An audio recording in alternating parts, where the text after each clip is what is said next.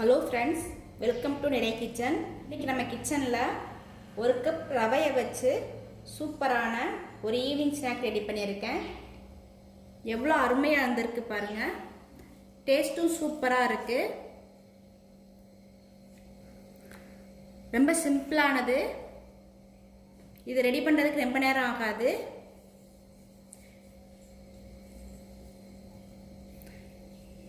நீங்களும் இந்த மாதிரி வீட்டை ட்ரை பண்ணி பாருங்கள்.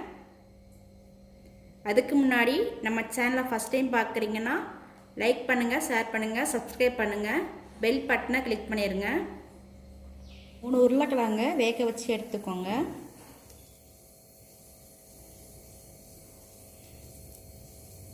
நல்லா பிசைஞ்சு விட்டுருங்க.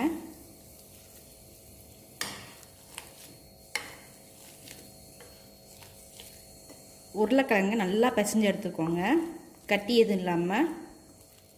உருளைக்கிழங்கு கூட ஒரு பெரிய வெங்காயத்தை ரொம்ப சிறுசாக கட் பண்ணி சேர்த்துருக்கேன். கொஞ்சமாக மல்லி இலை, கொஞ்சமாக கருவேப்பிலை பொடிசாக கட் பண்ணி சேர்த்துருக்கேன். காரத்துக்கு தேவையான அளவு மிளகாய்த்தூள், 1 ஸ்பூன் மல்லித்தூள் சேர்த்துருக்கேன். கொஞ்சமாக கரம் மசாலா, தேவையான அளவு உப்பு சேர்த்துருக்கேன். உப்பு சேர்த்துட்டு எல்லாத்தையும் நல்லா மிக்ஸ் பண்ணி விட்டுருங்க. இந்தளவுக்கு நல்லா மிக்ஸ் பண்ணிக்கோங்க. இது அப்படியே இருக்கட்டும். அடுத்ததாக 1 கப் ரவை எடுத்திருக்கேன். 1 கப் ரவைக்கு 3 கப் தண்ணி ஊற்றிக்கோங்க.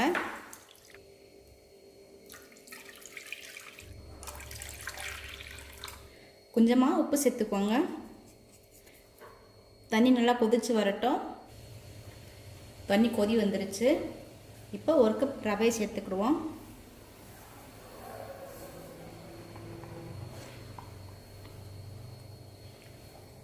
நல்லா மிக்ஸ் பண்ணி விட்டுருங்க, கட்டி சேர்ந்துடும். இப்போ லைட்டாக எண்ணெய் விட்டுருங்க.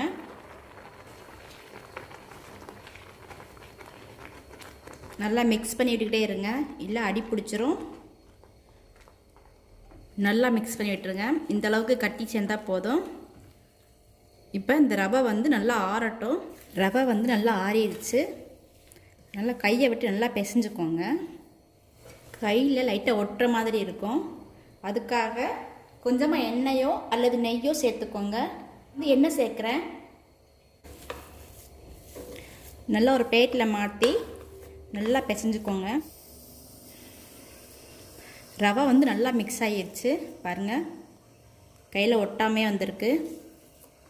இப்போ உங்களுக்கு தேவையான அளவு ரவை எடுத்து கையில் வச்சு நல்லா தட்டி விட்டுட்டு கொஞ்சமாக நம்ம ரெடி பண்ணி வச்சுருக்கிற உருளைக்கிழங்கு மசாலாவை நடுவில் வச்சுக்கோங்க.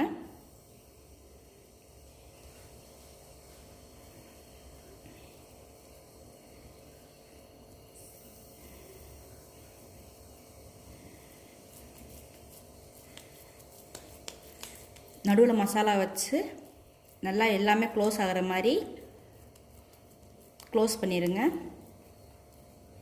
க்ளோஸ் பண்ணிவிட்டு லைட்டாக ஒரு ப்ரெஸ் பண்ணி விட்டுருங்க. சூப்பராக ரெடி ஆயிடுச்சு. இதே மாதிரி எல்லாத்தையும் ரெடி பண்ணிக்கிடுவோம். 2 விதமான ஷேப்பில் ரெடி பண்ணியிருக்கேன் இன்றைக்கி. உங்களுக்கு எந்த மாதிரி ஷேப் வேணுமோ அந்த அளவுக்கு ரெடி பண்ணிக்கோங்க. நான் இன்றைக்கி 2 விதமான ஷேப் ரெடி பண்ணியிருக்கேன். அடுத்ததாக கொஞ்சமாக கார்ன்ஃப்ளவர் மாவை கரைச்சி வச்சுருக்கேன். ப்ரெட் கம்ஸ் எடுத்துருக்கேன். நம்ம ரெடி பண்ணி வச்சுருக்கிற உருண்டையை எடுத்து கார்ன்ஃப்ளவர் மாவில் முக்கிட்டு ப்ரெட் கம்ஸில் முக்கிடுங்க. ப்ரெட் கம்ஸ் எல்லா சைடு படுற மாதிரி இந்த மாதிரி நல்லா ரெடி பண்ணிக்கோங்க. அதே மாதிரி எல்லாத்தையும் ரெடி பண்ணிக்கோங்க. இந்த மாதிரி எல்லாத்தையும் ரெடி பண்ணி வச்சுருக்கேன். இப்போ எண்ணெய் ஹீட் பண்ணிவிட்டு எண்ணெயில் போட்டு பொரிச்சு எடுத்துக்கிடுவோம். பொரிச்செடுக்கிறதுக்கு தேவையான அளவு எண்ணெய் ஊற்றி ஹீட் பண்ணியிருக்கேன். அடுப்பு சிம்மில் வச்சுக்கோங்க.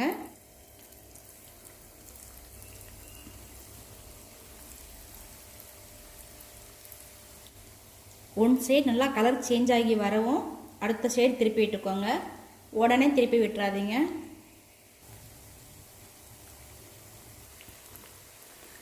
ஒன் சைடு லைட்டாக வெந்துருச்சு. இப்போ அடுத்த சைடு திருப்பி விட்டுக்கோங்க.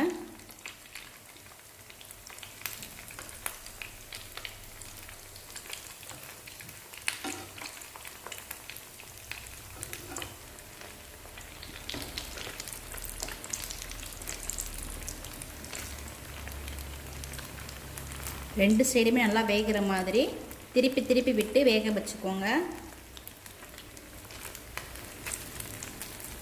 இது வேகிறதுக்கு ரொம்ப நேரம் ஆகாது. ஏன்னா நம்ம ரவையை வந்து வேக வச்சு தான் எடுத்திருக்கோம், உருளைக்கிழங்கும் வேக வச்சு தான் எடுத்திருக்கோம். அதனால் லைட்டாக கலர் சேஞ்ச் ஆனாலே போதும். நல்லா மொறுமொறுன்னு டேஸ்ட்டாகவும் இருக்கும். நல்லா ரெண்டு சைடுமே வெந்துருச்சு. இந்த ஸ்டேஜில் எடுத்துருங்க.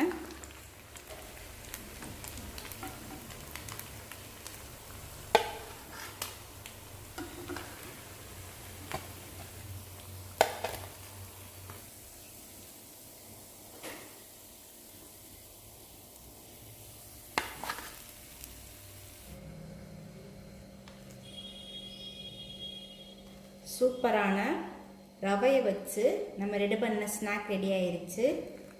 இந்த மாதிரி நீங்களும் வீட்டில் ட்ரை பண்ணி பாருங்கள்.